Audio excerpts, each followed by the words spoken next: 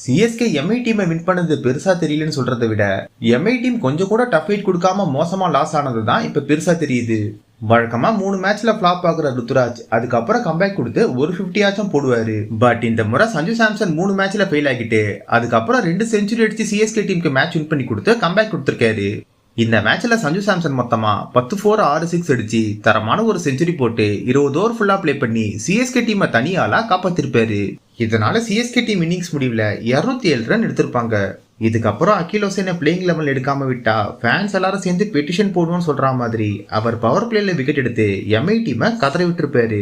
மிகப்பெரிய பர்சனல் லாஸுக்கு அப்புறமா பிளே பண்ண முகேஷ் சௌத்ரியும் தரமா போலிங் போட்டு சிஎஸ்கே டீமோட வெற்றிக்கு உதவிருப்பாரு. அகில் ஹுசைன் அண்ட் நூர் அகமது 2 பேரும் சேப்பாக்கில் எப்படி ஸ்பின் மேஜிக் பண்ணாங்களோ அதே மேஜிக்கை வான்கடே ஸ்டேடியம்ல பண்ணி எம்ஐ டீமை கொத்தா விக்கெட் விட்டு தடுமாற வச்சிருப்பாங்க. சிஎஸ்கே போலிங்க குறை சொன்னவங்களெல்லாம் ஷாக் ஆகுற மாதிரி எல்லா போலர்ஸும் அட்லீஸ்ட் ஒரு விக்கெட் ஆச்சும் எடுத்து இந்த மேட்சை வின் பண்ண கான்ட்ரிபியூட் பண்ணிருப்பாங்க. சிஎஸ்கே டீம் இந்த சீசன் கம்பேக் கொடுக்க வாய்ப்பு இல்லைன்னு சொல்லிட்டு இருந்த சிச்சுவேஷன்ல முடிஞ்ச வரை டீம் எஃபோர்ட்டோட பிளே பண்ணி பாயிண்ட்ஸ் டேபிள் இப்ப கம்பேக் கொடுத்திருக்காங்க. இந்த மேட்ச்ல அகில் ஹுசைன் தரமான ஸ்பெல் போட்டு 4 விக்கெட் எடுத்திருந்தாலும் செஞ்சுரி அடிச்ச சஞ்சு சாம்சனுக்கு player of the match award கொடுத்திருப்பாங்க.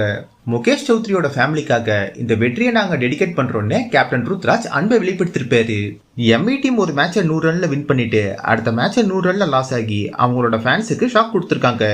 ஹர்திக் பாண்டியா எவ்வளவுதான் மேட்ச் வின் பண்ண ஒரு கேப்டனா ட்ரை பண்ணாலும் பேட்டிங் அண்ட் பவுலிங் ரெண்டுத்திலயும் பெருசா கான்ட்ரிபியூட் பண்ணாம சொதப்பிட்டு இருக்காரு.